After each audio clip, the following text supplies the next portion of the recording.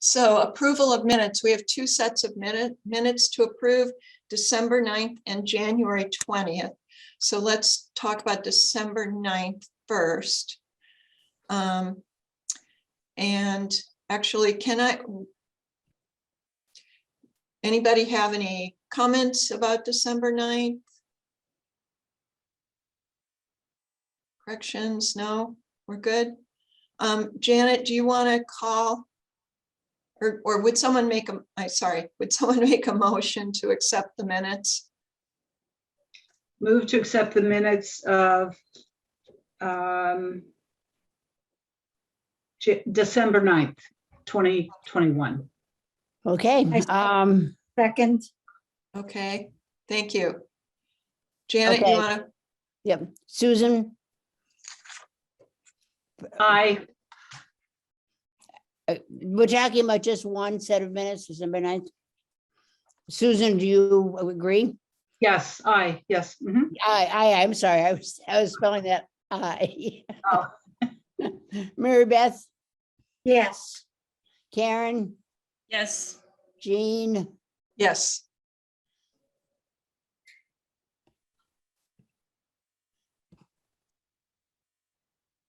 who else is on the committee? We have Bonnie Yes. Bonnie, okay. Yes. and your vote, Janet. And me, yes. Yep.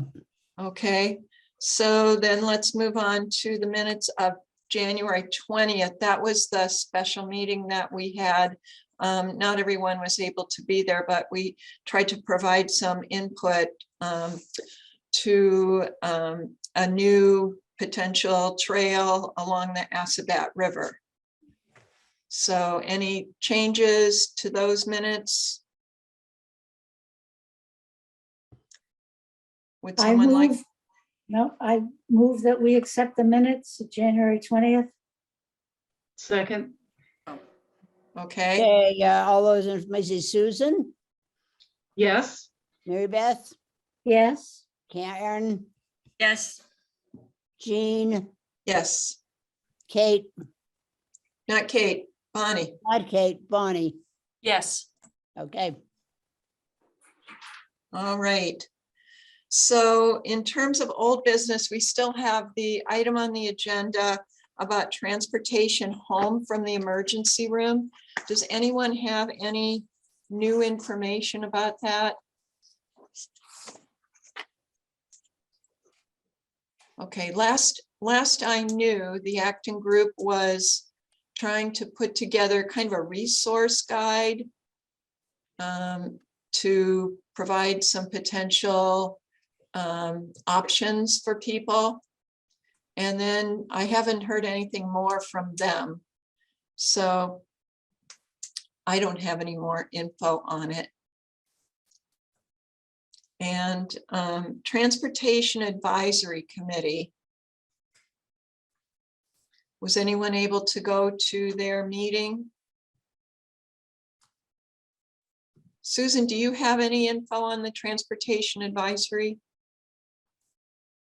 I was at, it was a couple meetings ago, and they were very focused for a while on ARPA funds, the federal funds that go through the state and then to cities and towns. And Concord is receiving 5.6 million for town purposes. Could be infrastructure, could be affordable housing, could be a lot of different things, and everyone's invited to weigh in, but they were spending a lot of their time brainstorming about opportunities for transportation. So that was presented at the ARPA meeting, and it involves complete streets and also some sort of cross transportation for people who don't have cars. Okay. Good, thank you. Mhm. Junction Village traffic. So that sort of connects with the Bruce Freeman Rail Trail group.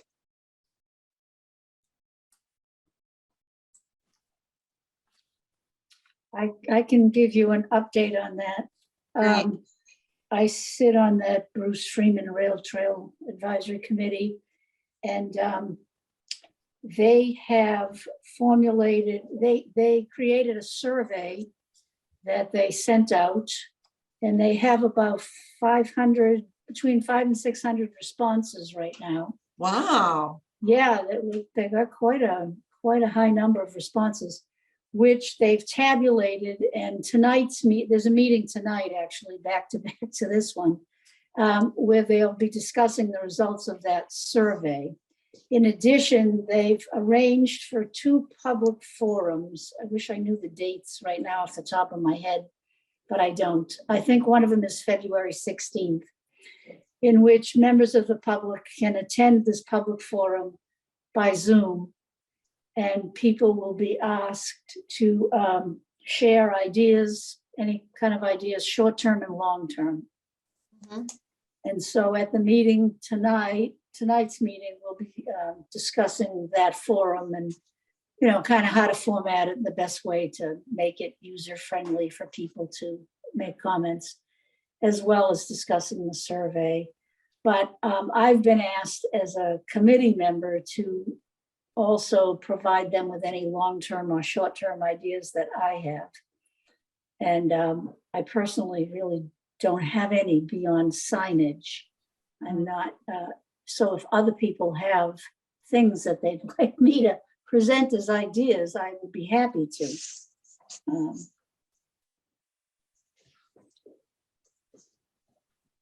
Well, I So- think, Yeah. I mean, my own personal sense is what it's going to take to really resolve the issue is rerouting part of the Bruce Freeman Rail Trail. I'm sure that's not a very popular opinion. I think it is being entertained. I don't think it's being dismissed. I mean, they're asking for people to really, as long-term solutions, to really come up with, no matter how crazy, Yeah. yeah. Yeah, I was looking at the map this afternoon because I know there was some talk about it sort of cutting through the oh, what's the name of that little restaurant? The train station restaurant. Club Car Cafe. Yeah, but that, last time I looked at it, I thought that would take up most of their parking, Yeah. which is not going to be a good solution for them. I was looking at, could part of the trail be rerouted kind of behind Adelita and come down along the side and cross Main Street there, where it would only be one street versus the convergence of 2 streets. And then it would have to sort of snake up behind the car wash. But I don't know. If Okay, I that's- mean, I will bring it up because I'll give you Yeah. credit for it, though. Because it's a wacko idea.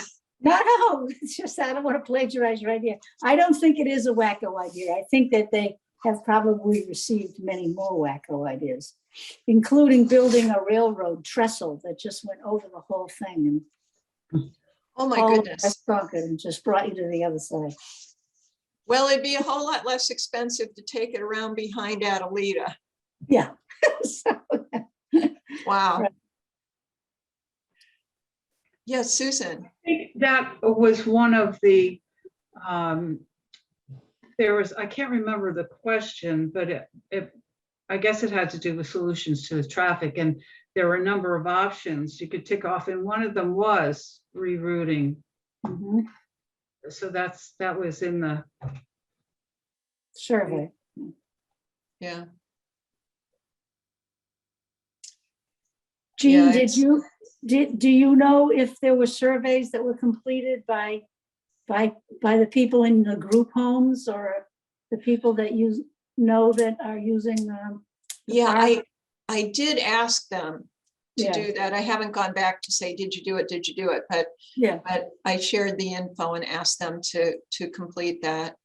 Great. And we have one home that literally sits right on the trail. Wow.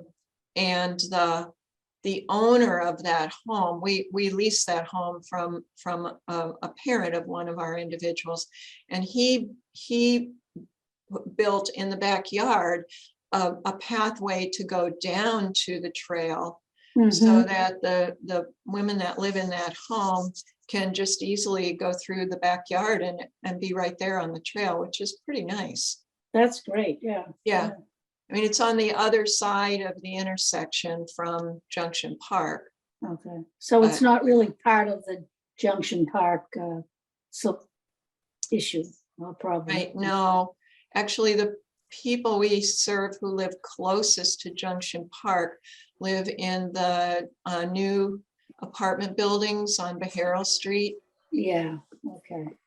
We've got a couple, 3, maybe 4 by now, people that live there. Okay, well, thank you. I'll share these ideas and thoughts, but, Yeah, oh, Yeah. Karen. Karen, I think at one point, maybe even, oh, sorry. Oh, sorry. sorry. Stop, stop. Oh my God. Okay. That's how it always happens. I know when I'm on Zoom at home in my office, every single time I'm on Zoom, my golden retriever has to come and get a drink, and the dog bowl is right on the floor next to the desk. Sorry, we now have 2 dogs, and one of them is, she's incredibly nosy and noisy. Okay, so, no, I was just thinking at one point, I think there was some suggestion of just trying to delineate the existing path and make a distinction between walking and bike riding. I don't, I mean, keeping the same path through Junction Park, but I don't know how feasible that is, but it's another, So I you're thought it saying was a like- possibility. Like make a dedicated bike lane. Yeah. Like, I don't know how well that would, Yeah. how well observed it would be, but I don't know, maybe it's Well, what possible. it would mean is that instead of asking people to dismount from their bikes and walk across Junction Yeah. Park, it They is could ride. allowing them to ride, but only in this lane. In that area, yeah. Mm. I don't know. Yeah, I'm sure it's Yeah. been suggested, Yeah. Yeah. Okay, thanks. but I can bring it up. Yeah. Thank you. Yeah, and thank you for staying on top of that for us, Mary Beth. Oh, you're welcome. Anything else on the Junction Village?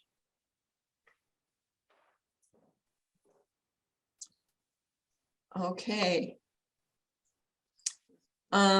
So Kate, you're on.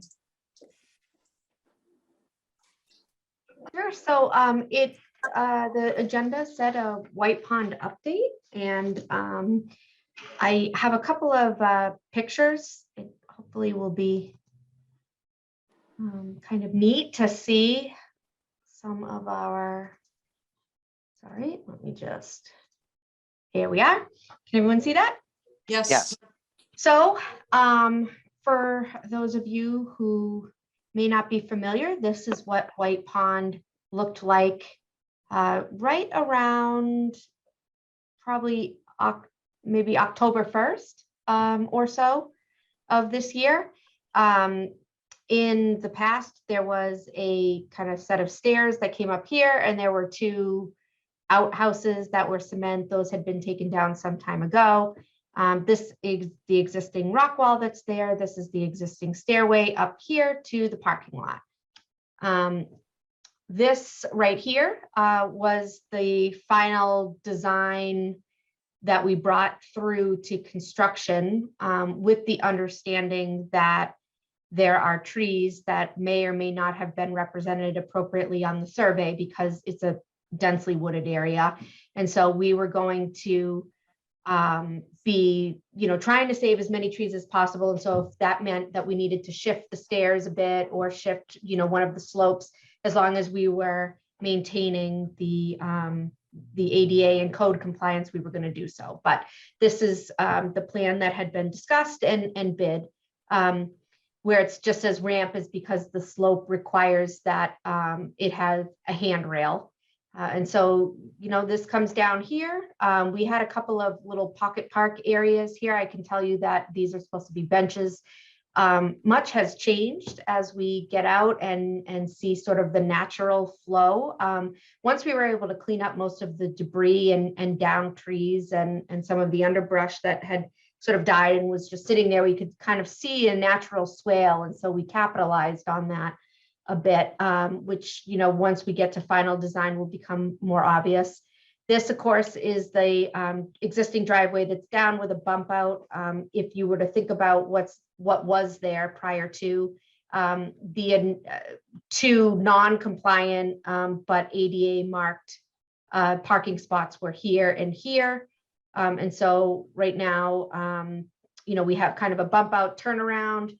There's another kind of bench place here.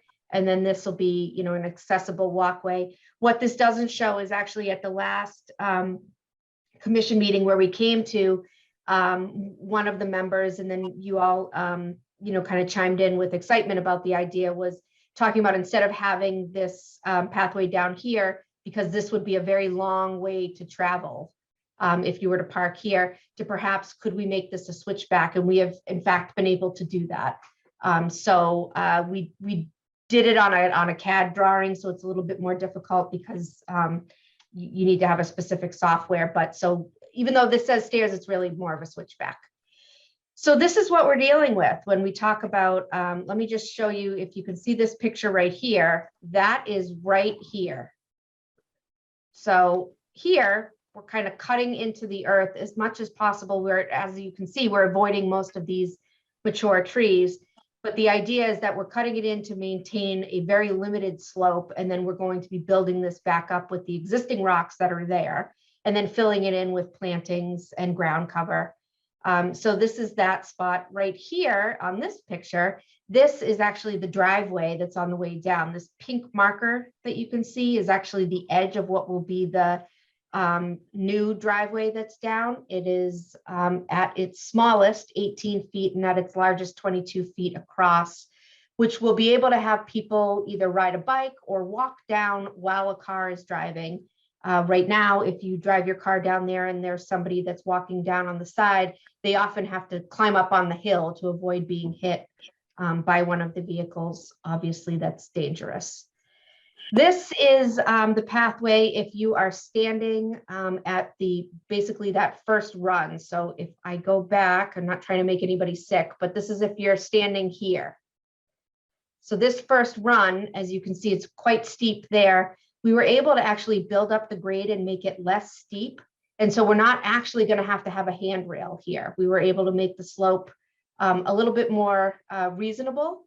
The one thing that we did do is there's this corner here, which if you go back is what was this, and with a bench on the side, we actually ended up moving the corner up here a little bit more. And so we were able to have a larger bump out on the side of a space that was already naturally flat because it's where the water runoff was. So we're trying to build in and about where the natural water goes. On the back of where the bench area is will be a rain garden. So it'll be a pretty area to sit, still a lot of mature trees. Once the leaves come back, it'll be a nice shady spot. This is actually at the midsection of the top part of the existing stairs. So if you were standing here and looking down, this is what you are seeing. This is the new pathway for the stairs. And so we've removed the other stairs, and a couple of the bottom pieces of the existing stairs we abandoned in place because removing them and jackhammering them would have disturbed too much of the mature trees down the bottom. And so we put fill over that, and we're going to have low-lying ground cover there that has very shallow root systems. So we'll be able to plant on top of the concrete that we're abandoning in place. We put some landscape fabric over the top of it, so it should be able to decrease erosion from underneath. This is that same walkway that I showed you, that same turn, but with the rocks back up into it. So I will give Cataldo credit. They have been able to continue to work through the winter. This is after the large snowstorm that we had a couple of weeks ago. They actually came in and hand dug out all of this, put it into buckets and hauled the snow up to the parking area so that they could work on this. And number one, they're interested in sort of getting the project done. But number two is to leave something like this that's just open was going to allow too much erosion. And one of the things that we said in the contract is that we wanted to be very clear that we are supposed to be doing more good than bad. And so we don't want during construction to have so much erosion. So this is sort of what it will look like, but what you don't see now because it's wintertime is what will be interdispersed with a lot of low-lying plants that are through there. And so once they take root and they start to grow, it'll kind of be more of a natural ivy wall in and amongst the rocks. Coincidentally, none of these rocks have been brought in. They have all been found on the property, and we are pretty hopeful that we actually have as many as we need to be able to continue. So it was sort of a nice thing sustainability-wise to be able to say that we're using materials that were found on site. We're just reorganizing them. This is the bottom last loop. So if you were to come down this pathway and then you turn, you're basically facing here. This is the last area here. This is a larger bump out. It's right before you were to get to the last run that brings you down to the water's edge. This right here will have a couple of benches. It'll also have a rock that is there with a plaque on it that's memorializing the very gracious gift that the White Pond Associates gave to us, and probably something special for a couple of the folks who were involved in the White Pond Associates for many, many years. But we haven't quite finished that yet. And although this doesn't directly relate to ADA access, I thought it was important to bring about the other part of the project, which is stormwater management. And so these were taken in November, which was the first part of the project. This is an underground chamber that is, as you can see, right under where the beach sand is. And so you won't necessarily ever know that it's there, but it basically is taking stormwater that's running down the hill. So this is the hillside. This is the driveway. That's the state boat launch area. This is where the canoes and kayak people who come to launch their boats park. And so this is underneath it. These chambers can take anywhere between 65 to 69,000 gallons of water a minute. But if we were ever to have more water than that, there's an underground chamber that runs and brings it back into these. These are called infiltration basins, which can remove somewhere between 85 to 89% of contaminants before releasing it back into the ground supply, which then will reinvigorate the water. So it really is a tremendously awesome set of things here. I was here when they put those in. I wish I had the picture, and I couldn't get it off of my phone, so I have to, but I was standing next to this just to scale, and just so you know, my chin basically comes to here. I'm 5'4". So they are huge, huge chambers. The amount of water that they'll be able to take in, the amount of water that they'll be able to retain is just a tremendous improvement on what we have. And I'm just really excited to be able to, kind of gauge what benefit this has had in a year, 2 years, 5 years kind of thing. And so that's it. That's sort of what's been going on. It's a lot of progress every week. When we go, we have a site visit every Thursday, and then another visit with an arborist every Friday. And it's really exciting. There's a lot of things that we were able to sort of manipulate and move to save the trees. And I am just ever hopeful that people will see it as such an improvement and really want to just come on out and experience it. So comments, thoughts, anyone? I think it's beautiful. So, I think it's a beautiful job. thanks. Yeah. I can't wait. Me serious. either. I can't wait. I'm just dying to just take my wheelchair down that slope and I check it love out. it. Yeah, totally Yeah, into it. I love it. And make I sure will you say, register. although I, of course, am not in a wheelchair by any means, it was interesting because this morning, even though it was cold, you know, it's been strange with the weather lately. So it gets warmer and then it freezes in the evening. And so I was walking down with my boots on, but I had a knee replacement about a year ago. And it's funny how much you guard yourself when you feel like you have this injury, right? So the folks that I was with, a couple of other staff members, were sort of skipping down through and going through what are the new stairs. And I said, I don't think I can do that. And so I ended up taking the pathway. And by the time I got, you know, probably 2/3 of the way down, I thought, this is really peaceful. Now, will it be that peaceful when, you know, there's lots of people on there and it's a busy, but as far as having it open, you know, all year round, it truly is. There was someone that came down to ice fish and just said, you know, he was coming from Milton, and just said, you know, I love coming here. It's so peaceful. This is great. And his daughter is actually is in a wheelchair and has always wanted to ice fish, and they weren't able to get to a location where they could. So he gave us some anecdotal things that we said, oh, I think this is going to be great all year round, not just during the swim season. So you can drive down that boat launch road right now? You cannot right now, I no, didn't- but he parked at the top on the road and then was just walking down. Now, technically the site's closed, but because, I mean, he wasn't doing anything wrong, Yeah. and Yeah. we just said, just stay out of the way. Yeah. So, yes, comments, questions? Yeah, go ahead. Thank you, Kate. I know you've worked long and hard on this project, and it's great to see where we're at now. But it just occurred to me, I don't know where the stairs are in relation to the ramp. Do they cross through it, or I mean? They do, yep. Just give me 1 second and I'll try to, it's probably just easier if I share my screen again, if that's all right.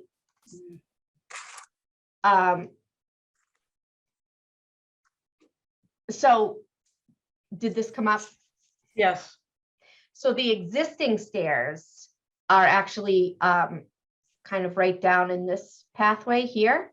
Mhm. And they are, as you know, varying heights, varying depths. So these are the stairs that are currently there, and they will cut through the path. So if for whatever reason someone decides that they want to take the path, and then they say, forget it, and they have an ability to take the stairs. And they started putting in, they're working from the bottom to the top for erosion control. So they put this jag in because we're trying to repoint this so that we don't have to remove a big bunch of trees that's down here. And boy, are they pretty. But they were covered in dirt, and they told me they were going to clean it. So when I go there tomorrow, I'll have another picture of them. But they're nice big slabs of granite that are just really gorgeous and very sturdy. Great, Thank you. cool. Lloyd, you have your hand up too.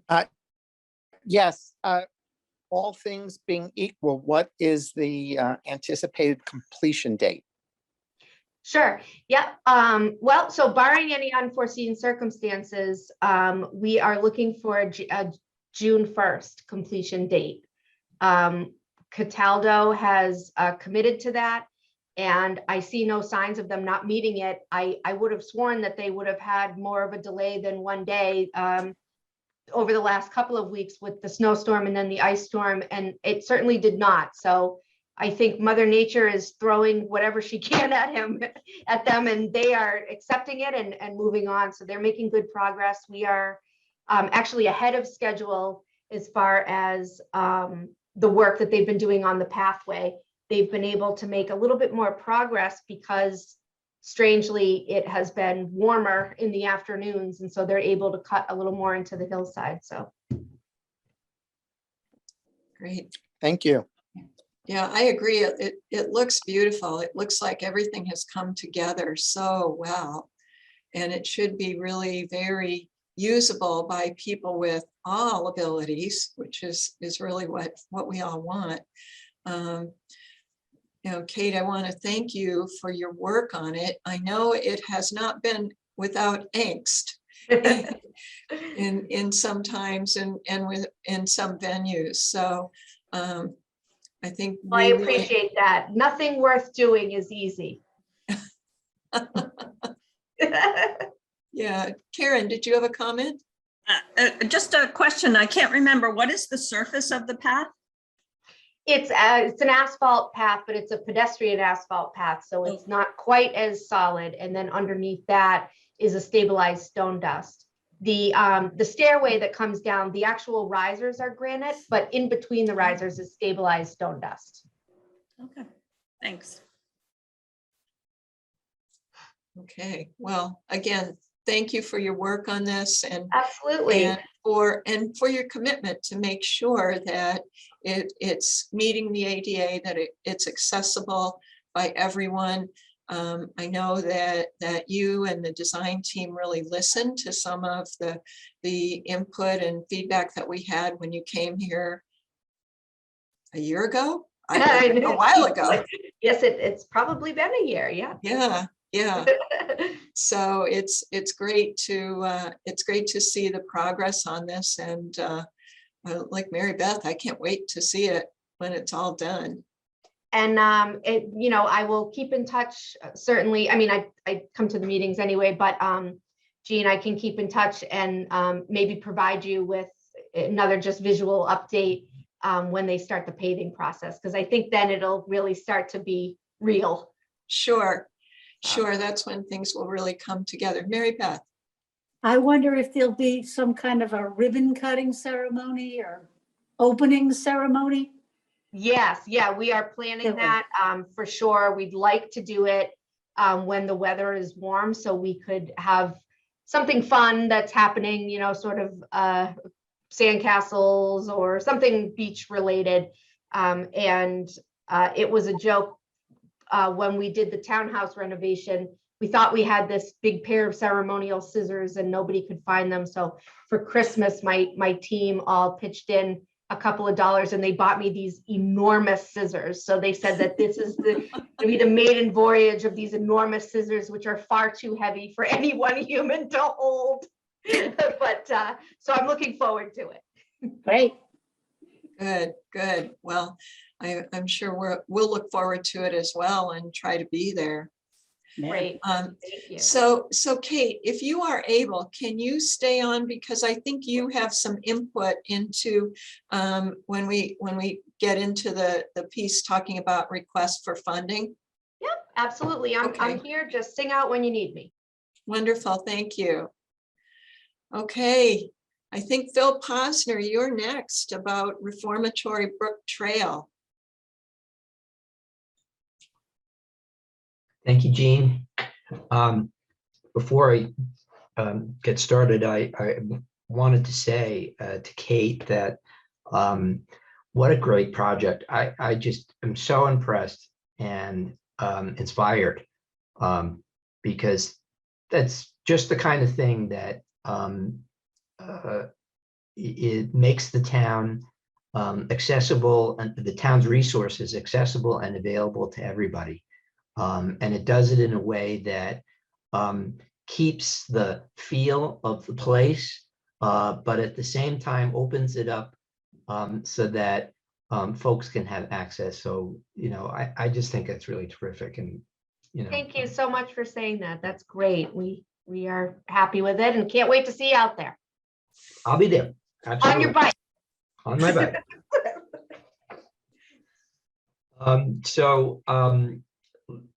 By way of introduction, my name is Phil Posner. I live at 223 Lawsbrook Road. I am a member of the Transportation Advisory Committee, but my comments today are just on my own behalf as a private citizen and relate to a citizen petition warrant article that I've submitted for consideration by the town meeting. What I would like to do is get this, if I can share the screen. Is that possible? Let me see if I can figure out how to do this. So if you have the item open on your computer, Yeah, then at the bottom of the Zoom screen, there's some icons. One of them is a little green share screen. okay, yeah. So give me 1 second. I have it open, but I'm not seeing it. So let me try it again. Ah, there it is. Good. Can everybody see that? Yes. Okay, great.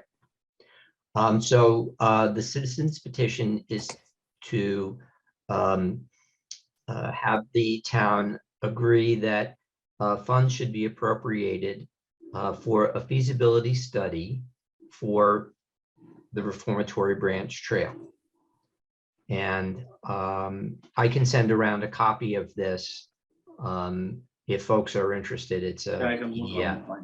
But to recap it, what it says is that the town would vote to appropriate $75,000 to conduct public forums and a feasibility study to be undertaken by a consulting firm to be hired by the town manager or whoever the town manager designates to do that, relating to grading and drainage improvements on the Reformatory Branch Trail. And for those folks who may not be familiar with the Reformatory Branch Trail, the trail was a former railroad line. It ran from actually all the way from Cambridge through Lexington and Bedford. And at one point in time in the late 19th and early 20th century, the terminus was across the street from what is now MCI Concord. That was known as the Concord Reformatory way back in those days. And I have done a lot of historic research and found some wonderful photographs and narratives about what the railroad line was like in the old days. I've discovered, for example, that the building where the planning division currently exists was a power plant. It was a coal-fired power plant that was used to provide power to areas of downtown Concord Center. And at one point in time, there were bridges that ran over the Sudbury and Assabet rivers, which allowed the train to get all the way out to the Reformatory. Those bridges were destroyed relatively early in the 20th century, and for a considerable period of time, up until the 60s, the train ran to, excuse me, to Lowell Road, right next to where Concord Lumber is. And as a matter of fact, I found some great pictures of Concord Lumber with the train, which was an identical train to, if anyone is familiar with the Depot Park in Bedford, there's a silver metal colored train at the depot. It's the same model of train cars shown sitting right next to Concord Lumber, right at the head of the arrow there at Lowell Road. In the 1960s, the railroad abandoned the line and curtailed service until it just ended at Bedford. At that point in time, the town acquired the line from Lowell Road, running all the way to the Bedford line. And this diagram comes directly from a trail map, which was created by the Natural Resources Division. And you can see off towards the left where Lowell Road is. It runs pretty straight over to Monument Street, and then almost straight as an arrow from Monument Street right to the Bedford line. In the 1970s and the 1980s, the rail lines and ties were removed. And at present, the Reformatory Branch is open for folks to walk, to ride their bikes, to gain access from Lowell Road to Bedford, where the trail continues, and it will continue on to Bedford Center. One of the reasons why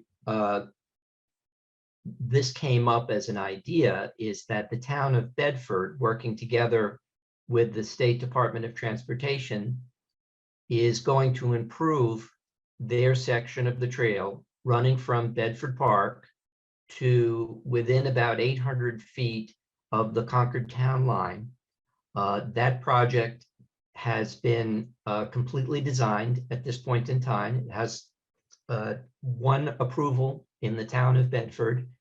And in conversation with the project manager from the state, I was told that bids for construction will be solicited later this year, probably late this summer or fall, and construction will commence on that project in 2023. So that project will include a tunnel that will go underneath Route 62, where the trail intersects Route 62, and then will continue for a short distance beyond that point, heading towards Concord, but not actually reaching the Concord town line. And of course, what will happen is that folks will continue on riding as they presently ride on the Minuteman Rail Trail out to Bedford, and they may want to continue riding towards Concord. So it struck me that it was a good idea for the town to begin some planning and thinking about what Concord was going to do with respect to their section of town. Just going to move to the next slide. This is a photograph that I took this year. It gives you a sense of what the Reformatory branch looks like today. It's flat, it's fairly steeply banked on the sides, leading down to swamps on either side in certain places. But one of the other things that the Reformatory Branch Trail also has is it's fairly muddy in various places. So for those of you who are familiar with it, if you start at Monument Street and start walking east towards Bedford, that first section is very difficult to navigate after a rainstorm, and pretty much, I would say, impossible if you were on a wheelchair. There are a lot of sections that have very poor drainage. So after a rainstorm, you get large puddles. In various places, there are metal hatches in the middle of the trail. And those metal hatches are because there's a public sewer line that runs right down the middle of it towards the sewer treatment plant. And when you get very close to the sewer treatment plant, the grades are difficult for folks for whom mobility is a challenge to navigate. So this is a picture right of the road that leads from Route 62 up to the treatment plant. It's a little hard to see in this picture, but as you can see on the left, this is actually a fairly steep grade. It drops off maybe about 2 feet fairly quickly from where the asphalt paving is onto the dirt path. And in lots of places, you can see fairly muddy and fairly steeply sloped sections of the path with trees growing right in the middle. Not a very comfortable place to ride a bike if you're not a very confident rider. Certainly a very difficult place to navigate if you were in a wheelchair or in some other device that would provide mobility for folks who have challenges. This is one of the hatches that I mentioned. There's a sewer line, and this is just past Monument Street.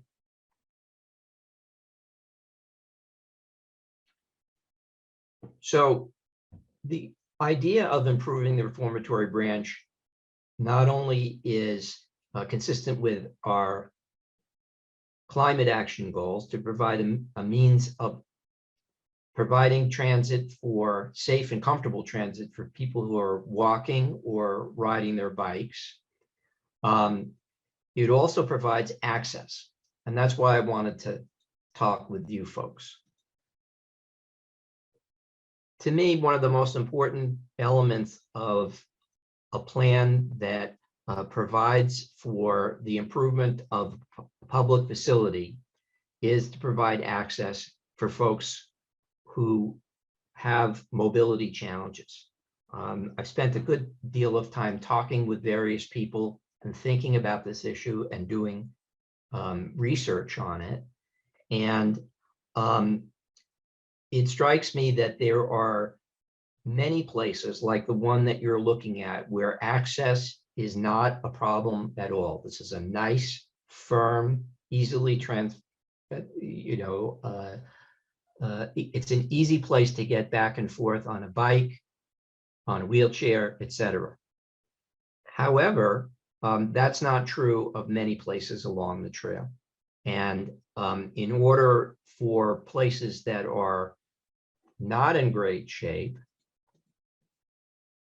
like these, to be made accessible, we need to have engineering and design folks provide a plan of action to improve the trail. It's not a simple, oh, we'll just fill it in and put stone dust on top of it. There's a public sewer that runs under here. So any work that would occur in this area should be mindful of providing both access for pedestrians and people who are riding their bikes, but also to maintain the ability of the Department of Public Works to have access to their sewer line. In other places, the grades are simply too steep. Again, this is a 2 to 3 foot grade that's pretty muddy. This is very close to, this particular spot is very close to where the road is that leads to the sewer plant. And in order to address challenges like that, a project similar to the one that you just saw would make some sense.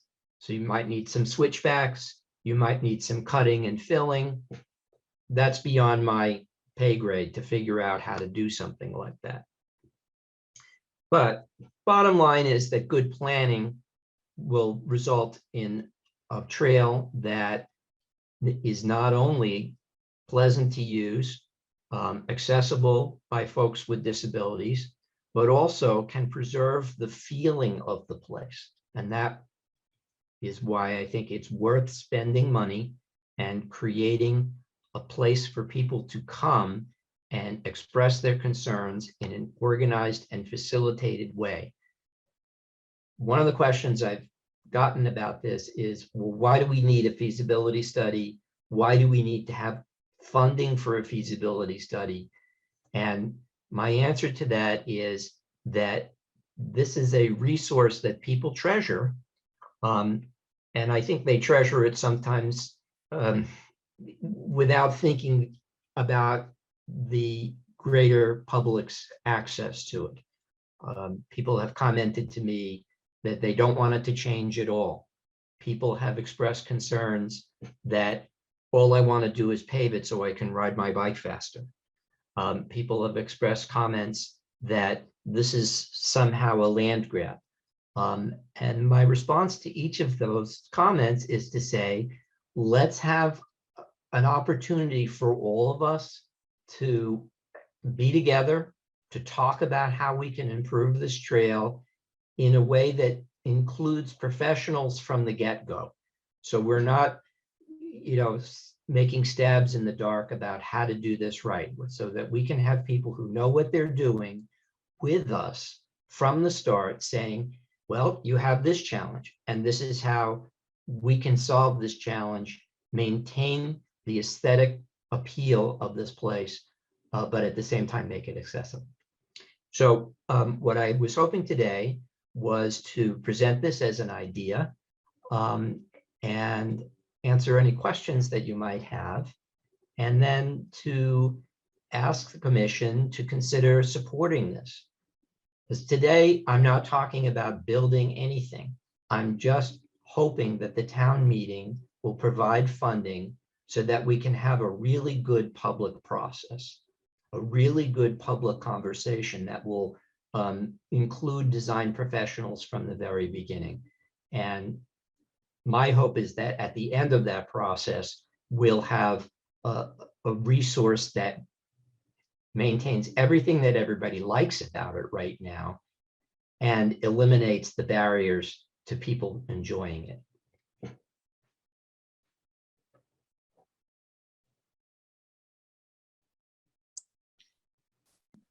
Okay, comments, questions? Janet, I have a question. Phil, did Bedford pay for their? I was confused about the presentation about Bedford. Did the town of Bedford pay for their improvements? The town of Bedford paid probably about a decade or more ago for the type of initial planning that I'm discussing now. But the present project is a project of the Commonwealth, and the Commonwealth is paying for the basically the bulk of the cost of the improvements, which is somewhere in the $9 to $10 million range for their Then why section. can't we get that too? Well, I think the answer to that is typically at the very beginning of the project, both the state and the federal government look for some commitment on the part of the town to get the process started, some financial commitment. So once that happens, assuming that the trail is accessible, then yeah, I would imagine that the Commonwealth would pay for the vast majority of the improvements. Okay. Thank you. okay, Susan, you have your hand up. Yes, thank you. Thanks, Phil, that was very informative. I had a couple of questions. One is the 800 feet between Bedford and the Concord town line. Wouldn't the town of Bedford have to pay for that portion of it? So it's my understanding, having spoken with the Bedford Bike Committee, that the town has not completed their own planning for that section of the trail in terms of what they're going to do and how it's going to get paid for. The paved section, as I said, will end on the Concord side of Route 62, so to speak, still in the town of Bedford, but heading towards Concord. The Commonwealth will only pay for improvements that comply with the ADA, and ending the trail as originally anticipated, which would have been right at the Concord line, would not have been consistent with the regulations and program requirements for the Federal Department of Transportation, the State Department of Transportation, because of ADA considerations. So Thank you. what will happen is that there'll be something similar to what the Bruce Freeman Rail Trail has at Powder Mill Road. There's going to be a switchback that will lead you back up to the public way. Thank you. And that is sort of my next comment, really. The existing trail that ends in Bedford goes to Cambridge, correct? And Eventually, that's right. Yes. Pretty heavily used by bicyclists to commute and for recreation. And I haven't been on it in quite a while, but I think it would be difficult to take a trail that is like Bruce Freeman wide, whatever that width is, that exists coming into Bedford, and then try to continue it into Concord because the width of that is, I'm not sure what would happen to the traffic. I mean, that's coming from Bedford if they came into Concord. And I wonder if we have, as you know, miles and miles of trails in Concord. My other concern about it is it goes right through Great Meadows and there are habitat issues. So I wonder if we should be looking at a different trail in town to be accessible that would be, that we could do. I mean, they're already talking about, as Jean mentioned, for the Assabet Bluff project, to do it from the get-go and have it ADA accessible. But given, I think it would behoove us as a town to look at other trails for this possibility too, and not just Bruce or the Reformatory branch. So I guess my rejoinder to that, Susan, would be, I think that's an appropriate question, and the kind of question that certainly would need to be answered to folks' satisfaction as part of this process. So today, I'm not suggesting that we commit to anything other than an organized process, a public process of conversation. And your comment about, for example, the numbers of trail users that are likely to come up is something that I think we can get some good data on it based on, what the observed use of the trail is in Cambridge and Lexington and Bedford, and then what we'll be able to observe, I think, over as this next section of the Bedford Trail is constructed. Personally, I think because the population density is quite a bit lower, we're not going to see the numbers of people that you would see, for example, in Arlington. I just don't think there's enough people surrounding it to have that many people on the trail. But I understand your concern about the wildlife habitat, for example. And as part of what I've done personally is I reached out to the Federal Fish and Wildlife Service staff people and asked them to comment, to think about it, make suggestions as to what their concerns might be.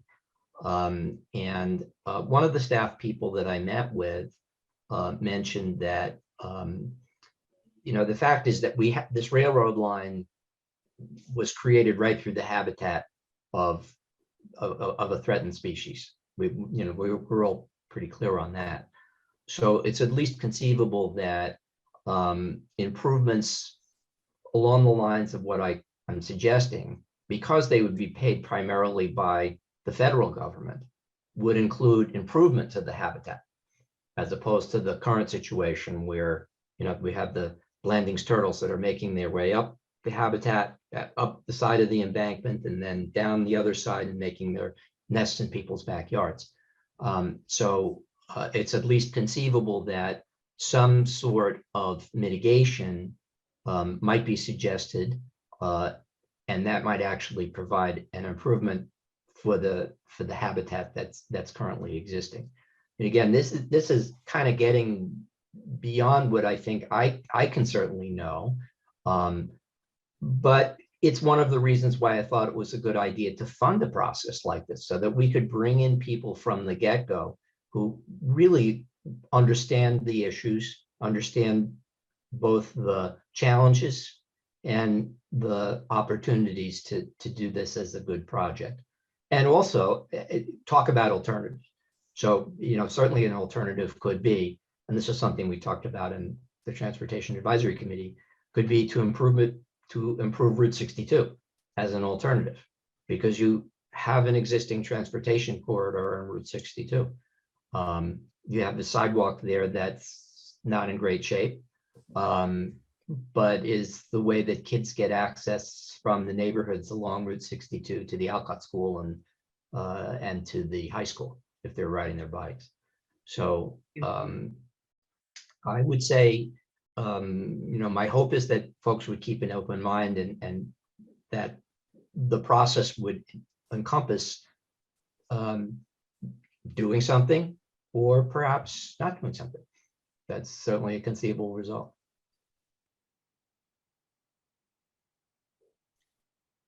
Other questions, comments? Am I allowed to make comment even though I'm not on the board or not? Yeah, I think you can ask a question or make a comment. I just wanted to make a quick comment and tell Philip, thank you. We live in Concord Center and I have a son who is 17. He can't ride a bike on his own, so we ride a tandem bike and we use that trail and it's difficult for us to navigate. It just asks you to state your name and address. Oh, sorry. Becky Robichaux, Hubbard Street, Concord, Mass. So I love that there might be a potential of improving the trail. It's difficult to get that tandem bike into our car and then drive to a trail where we can just get on a trail right here from Concord Center. So I would love to see that trail improved a little bit because there are parts of it that get very difficult for us to bike through, especially with having him on the bike with me. So thank you, Philip, for looking into it. And I would love to have somebody just look into it and see if it's feasible and if it's doable. So that was it. Okay. Mary Beth, you have a question or comment, and then Karen. Yeah, am I unmuted? Can you hear me? Yes. Yes. Yeah, when I lived on the other side of town, I now live in West Concord, but when I lived in the other side of town on Birch Drive, I actually used that trail all the time. I used it with my recumbent bike. And yes, there were times I could use it very successfully. And one of the things I loved is that I could ride the trail into Concord Center where I could then get like lemonade or something, you know, I could access sort of, so I could enjoy both the trail and being in the woods, but ending up in Concord Center where I could, you know, purchase ice cream or lemonade or something. But then I used the other side of the trail to access.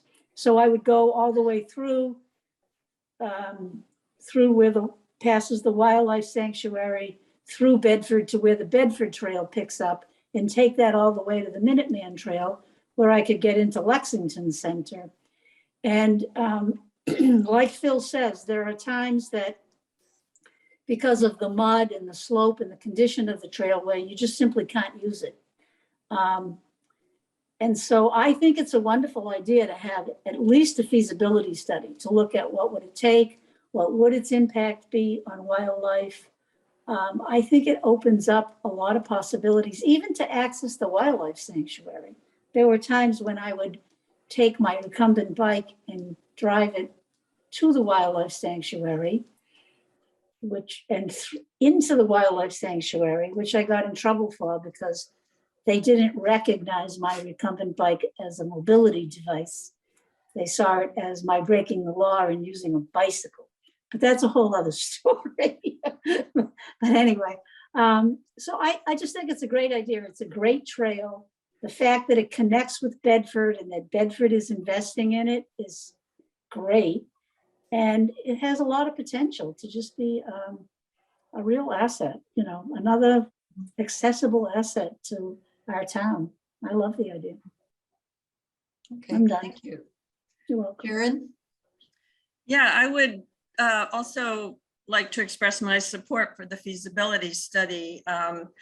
My son, who lives in Concord Center, he has cognitive disabilities. He is an avid bike rider and he loves riding that Minuteman Trail into Concord, and he ends up in Somerville and I don't know where else. But he does have difficulty accessing the Minuteman from his home in Concord Center. And I know he uses that trail as a means to get to Bedford. And again, he's experienced times when he can't ride, like his bike has gotten mired in the mud. Mm-hmm. And then just the fact of crossing Route 62 to get to the Bedford side is another major kind of, makes my heart tremble, or when I know he's on that route. So I think it's well worth investing that money in a feasibility study. Thank you. Okay. Other questions, comments? Yes, Janet. Do we need to take this is up to Eugene. Do we need to take a vote in support or? So if we as a commission want to support this or say, no, we're not going to support it, yes, then we need a motion.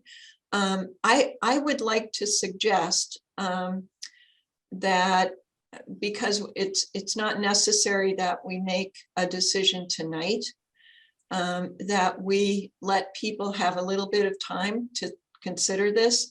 We can make sure that members that aren't on the meeting now have an opportunity to get information about it, and that at our next meeting, we entertain a motion to support it or not.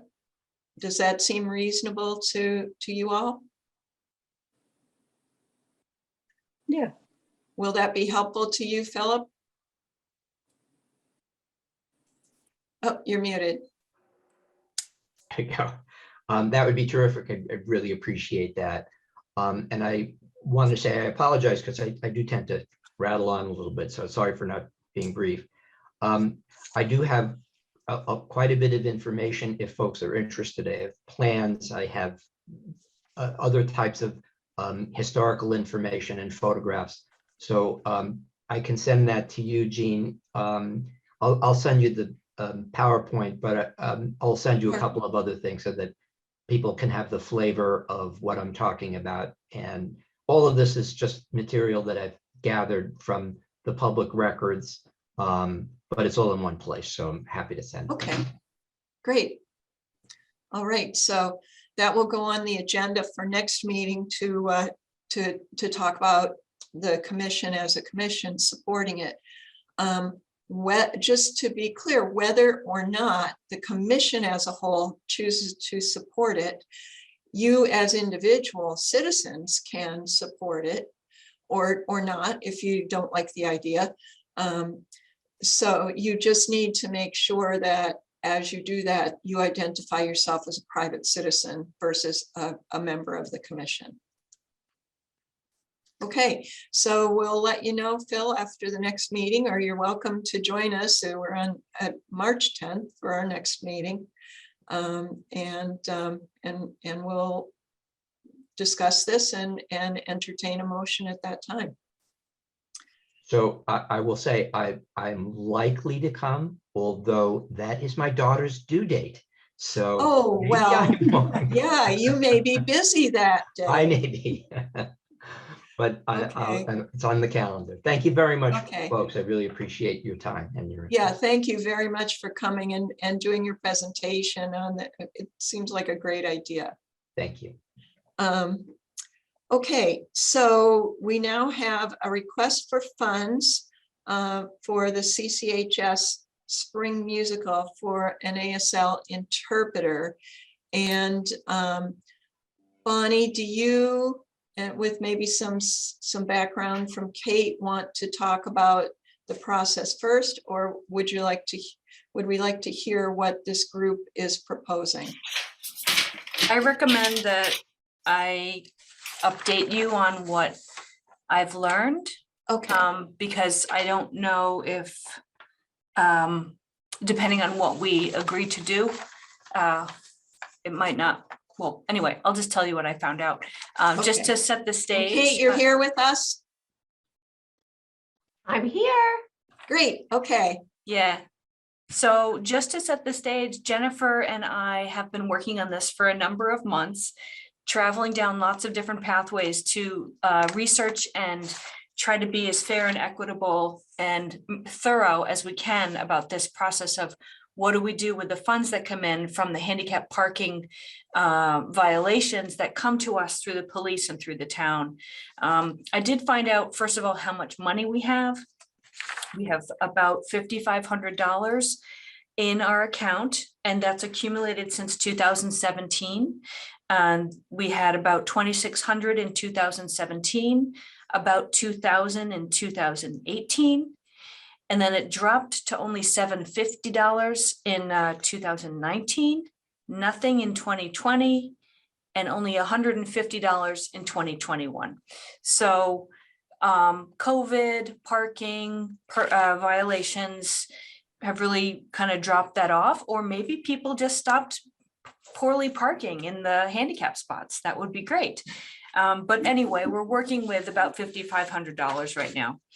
And I've also interviewed the Burlington Commission about their processes.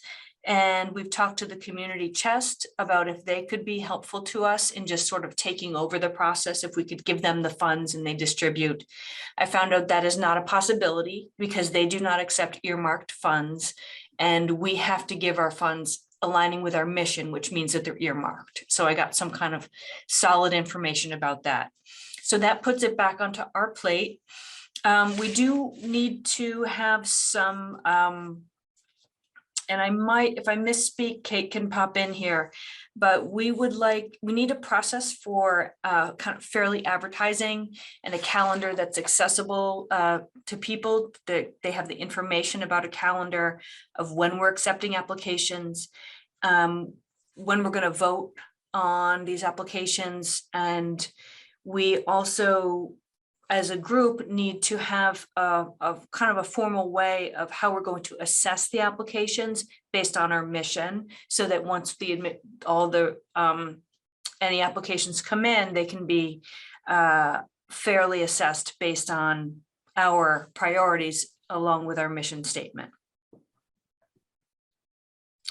So that being said, I have some suggestions. I know we're really late on time tonight, so I can hold a longer discussion to an agenda item on our next meeting and kind of put that all together nicely, or I can tell you whatever you want to hear now, but I know it's really late and I want to be sensitive to that. Sure. Thank you, Bonnie. I appreciate that. So do you want to just maybe quickly summarize? I know you had some potential steps outlined. That information might be helpful for the visitors who came tonight. Yeah. So the recommendation that I discussed with Kate as far as a calendar that could work is if we have a regular cycle where we accept applications in September, and then we decide between the finalists in our November meeting. And then I forget if we actually take our vote in January and then it's confirmed in January.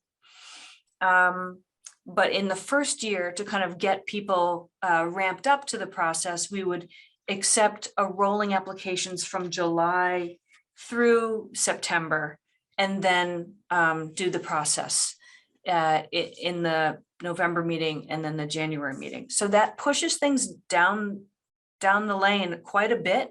But what it does allow us to do is properly advertise so that anyone who wants to apply can apply, works out our priorities about evaluating applications and determining if we're going to have any caps, and really gets the public informed about application and decision processes. It also gives an opportunity to kind of get the police involved if we want to talk to them about any awareness or campaigns around that.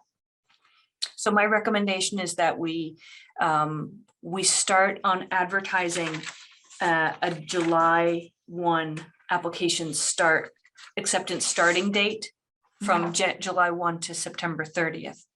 And then we fill in the blanks over the next few meetings about what that actually means in our copy that will be approved by the town information officer. Is that too wordy? Does that make sense? No, that's good. That's Okay. good. Kate, do you have any comment on this? No, Bonnie did beautifully, and I think could have my job, so I'm a little nervous about it. The only thing that I will add is Bonnie asked some really good questions, and we kind of came up with some questions that I wanted to make sure that I had information from town council and from town manager Carrie LaFleur. And conveniently, they were, able to respond later last evening, actually very late last evening after 9 o'clock.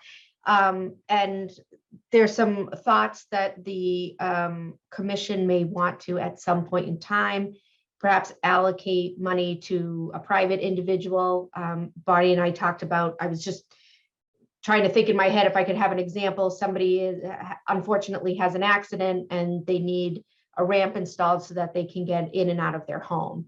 And it seems like as long as the process, which Bonnie outlined to you, is that you have criteria, that you meet on the criteria, that you're judging the criteria, you're judging everybody's applications for funding equally, you could do that. And the other thing that I received word back is that, it wouldn't necessarily be a gift, but the idea was, could the Disability Commission allocate funds to some other organization so that you have a bigger bang for your buck, meaning that lots of commissions are giving, say, $1,000, and then in total it's $20,000. And that seems okay too, as long as, again, the criteria is followed. So it sounds like it really is about forms. And I actually reached out to the community that I used to work in, because I know that they had a very robust program. I guess people didn't park very kindly in the last town that I worked for. So they had a very robust fund. And they were going to send me their applications. So I figured that I could adopt those and send them over to you all. And maybe at your next meeting, you can just take a peek and decide if that works for you. That's great. Thank you very much, Kate. And Bonnie, thank you so much. I know that you and Jennifer really put a lot of time and effort in on this. So, I really want to thank you for all of that time. So the CCHS theater group, Melissa, Becky, Carol, it looks like, unfortunately, our timing isn't going to match your timing for this particular event that's happening in the spring. But we really, really welcome, once we get our act together, having you apply for some funds. I know you did do that a couple of years ago, and that didn't go anywhere. Please know it's not because we are unsympathetic to the need for ASL interpreters. We certainly understand the need for those. Yeah, Kate. I'm not sure if this is readily known. The town allocates a very small amount of funding every year for ADA, and the use of funds are used for various things, curb cuts. In the past, we've used it for the stenographer at town meeting. And so I'm sorry, I'm not quite sure what the cost of an ASL interpreter for a performance would be, or multiple performances, but I wonder if the group would like to take down my email and send me what you would have sent perhaps to the commission, and I can see if I can talk with the town manager and see what we have for funding in the ADA account line item. That's great. Sounds like a win-win, Kate. Well, I don't know if we have enough to cover it. I'm not sure if it's thousands and thousands or what. But the total request that was submitted to us was for $1,100. Okay, $1,100. I got it. Yeah. Kate, So, we can but share I'll that. leave that up to Melissa, I guess you in particular, you're the person that signed the letter, to reach out to Kate. Okay, so thank you very much. And again, I urge you to follow our process here, and sounds like by July there'll be some info out about it, and if there are some ongoing kinds of things that we can maybe help support, please come and see us about that. Jean, would it be that would okay if I probably just gave them my email address? Absolutely. You want to put it in the chat? Yeah, Is there a actually, chat? Don't have, you Oh, don't there's no have a chat, up. right. I was just Okay. looking for it, so I thought, oh, did I miss it? But Oh, yeah, go ahead, Kate. it's KHODGES at concordma.gov. Sorry to interrupt. Thank you. No, that's okay. And if you lose that, if you go on the town website and look under town manager, you'll find it there as well. Can I So- have one comment, Jean? Sure. I just want to make sure everybody comes to the show this year, because I think you'll see a really magnificent, fabulous show. And, you know, we're hoping to get funding elsewhere at this point based on the work that you're doing and setting this up. But I really would like to have you come to the show, come see what's going to happen. It's going to be a great show. What you won't see is behind the scenes, and behind the scenes is the student learning that's going on. The students really run the show. Melissa, you can correct me if I'm wrong. My daughter was in theater. She's now a junior in high school, and it was life-changing for her. They really do run the show, and they will benefit from having the ASL interpreters and learning that. And our hope going forward is to continue to provide more accessibility to the show so it can reach out to the greater community. Theater's magical. And in this time of COVID, the curtains are reopening and our kids are going to be fabulous. So please come to the show and please be there, you know, see how this unfolds. And while you're watching that show, remember there is a lot going on behind that curtain. And it's our students and our young people who are learning so much about accessibility for the deaf community, particularly on this show. But it's just such a life lesson. Sorry, I had to break in and say that. Okay, thank you. Thank you. That's great. So there, yeah, go ahead, Meryl. You're mute. I just was curious to know whether the schools could put a line item in their budget to provide ASL interpreters for such events. Whether anybody has approached them to ask that question. Yeah. I don't know of anybody approaching the school about that, but I will take note so that we can bring it up to the Director of Student Services. Great. So Right. a couple places to approach for some potential funding. That's great. So thank you again. Thank you for all of your efforts to make the production be accessible to everyone. And we certainly laud your efforts in that arena. Thank you. Final thing is just an update. The Architectural Access Board did take a look at the concern at Marley Properties. This was the office building that had their dumpster parked in the handicap parking spot. And the Architectural Access Board, voted that they were in violation and sent info off to them. And then a month later, they sent another one, second notice, you're in violation. I'm not sure where that stands at this point. If, did they permanently move that dumpster? Mary Beth, do you know? Yeah, they have moved the dumpster. And recently a friend of mine reached out and told me that they fixed their elevator, which had been out for months. Oh. So that even once they fixed the dumpster, it didn't help. Because if you could get in the building at all, you couldn't use it because there was no elevator. So, but that's great to know that the AAB is on them. I'm really happy to hear that. Yeah. So, okay, that's our whole agenda. Oh, no, wait, there's one other thing. Under public comment, I got a call this week from a member of the public saying that she had been at the new library edition And she said, I don't use a wheelchair. I'm not, totally conversant on the ADA, but the connector over, connecting the new child's wing, she thought was too steep. I'm guessing that was checked when the library addition was built, but I don't know that for a fact. Oh, okay, thank you, Kate. Yes, it was checked.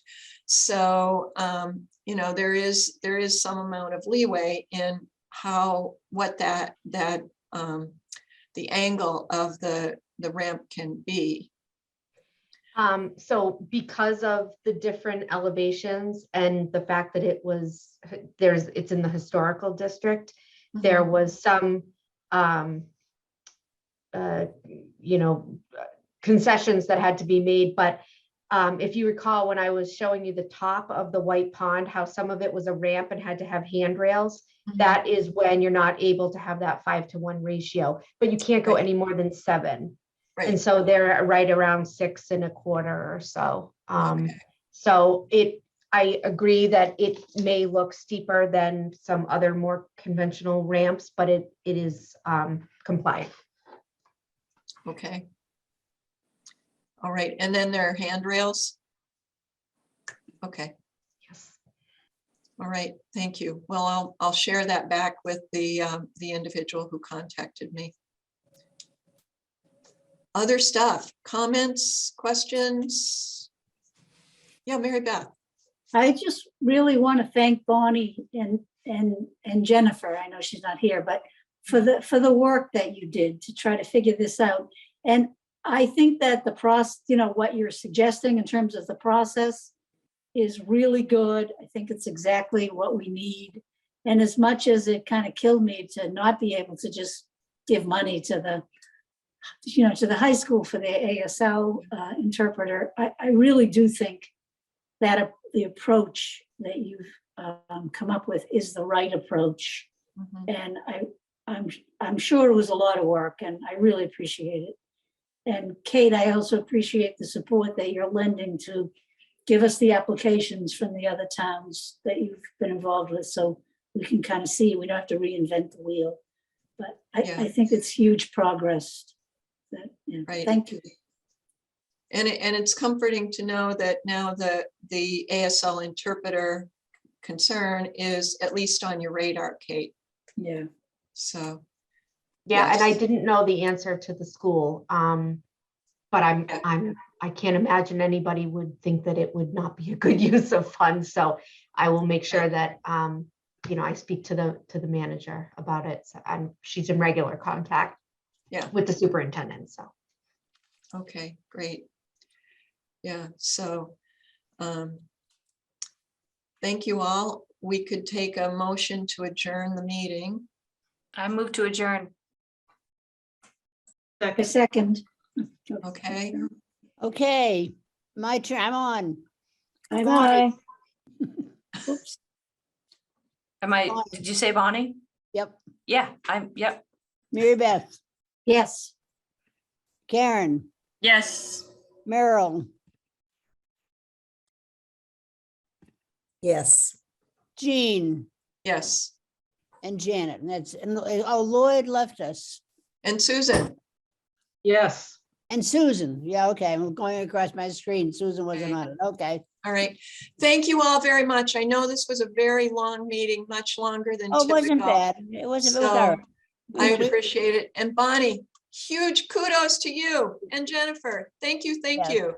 We have a long way to go still, so you're going to be hearing from me. But Okay. take care, good. everybody. All Thank right. you all. Bye-bye. I apologize for having come Thank you, so Kate. late. I'm having computer problems. Thanks. Okay. Bye, guys. Bye-bye.